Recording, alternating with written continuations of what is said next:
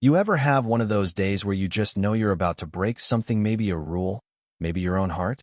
That was me, Lena Carter, standing in the middle of a sweaty, oil-stained garage in Queens, staring down a beat-up Triumph motorcycle that looked like it had seen better days.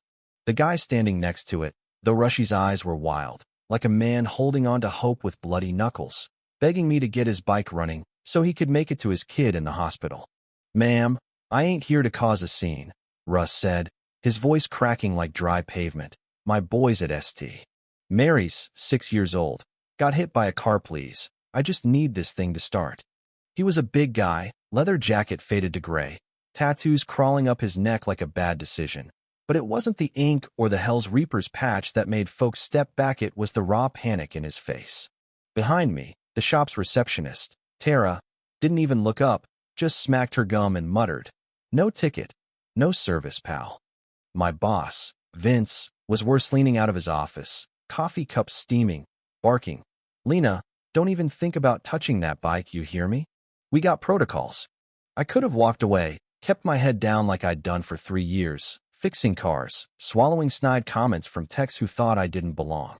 But Russ's hands were shaking, smearing grease on his jeans, and I saw my dad and him same desperate look when he'd begged for a job to keep us fed. So I grabbed a rag, popped the Triumph's ignition panel, and got to work. Vince's voice hit like a sledgehammer. "Lena, you're done, pack your shit." The garage went dead quiet, even the air compressor holding its breath. I didn't look at him, just kept my eyes on Russ.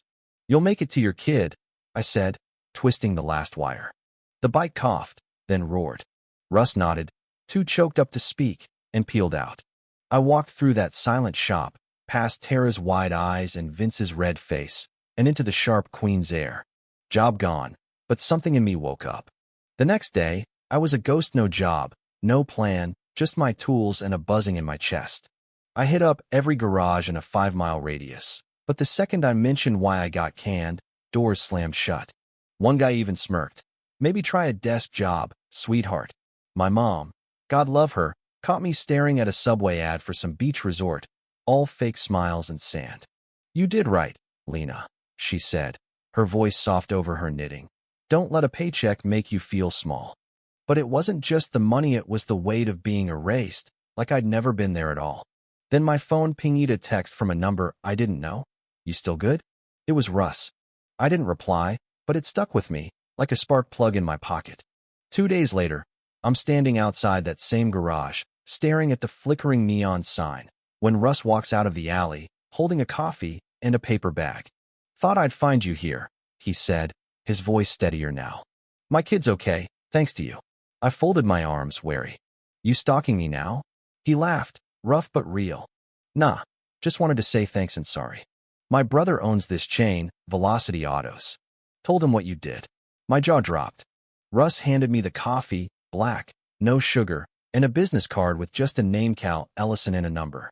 "Call him," Russ said. "He's waiting." Next morning, I'm in a glass tower in Manhattan, feeling like my boots don't belong on their polished floors.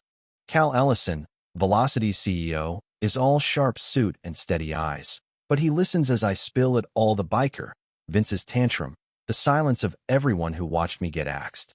"You've got the best customer ratings in Queens," Cal says, leaning back, "and you got fired for helping someone. That's not how my company runs." My heart's pounding, but I hold his gaze. "Then why'd it happen?" He doesn't flinch. "Because we failed you. But not anymore." They offer me lead tech, full benefits, a raise, control over the shop floor. I'm floored, but I don't say yes right away. "This better mean something," I tell him, for the next girl who walks in. He nods, and I know he gets it. Back at the garage, I'm not just Lena anymore, I am the one calling shots. The guys, like Joey, my old coworker, start looking at me different, some with respect, some with side-eye. I don't care. I start a podcast, Under the Hood, raw and real, telling my story, and others like Maria, passed over for smiling too much, or Sam, stuck in the back because he's trans. It spreads like wildfire, hitting every Velocity shop, making people listen. Comments flood in. "I've been there. Thank you." Even Tara, the gum snapper, brings me coffee one day, says, "I should have spoken up when Vince fired you." I see it now. I nod, seeing's a start. Then the city calls. Shonda Price, Vocational Equity Commissioner, shows up with cameras, declaring my new shop Carter's Garagia flagship for women-led businesses.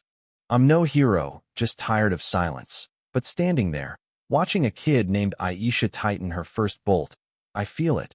This is bigger than me. That night, alone in my shop, I hold my dad's old wrench, whispering, "We did it." Outside, Queens hums, but in here, it's still just real. So what do you think? Was I right to break the rules for Russ? Or should I have played by the book? Drop a comment. Tell me your take. Have you ever had to choose between what's right and what's safe? Let's talk.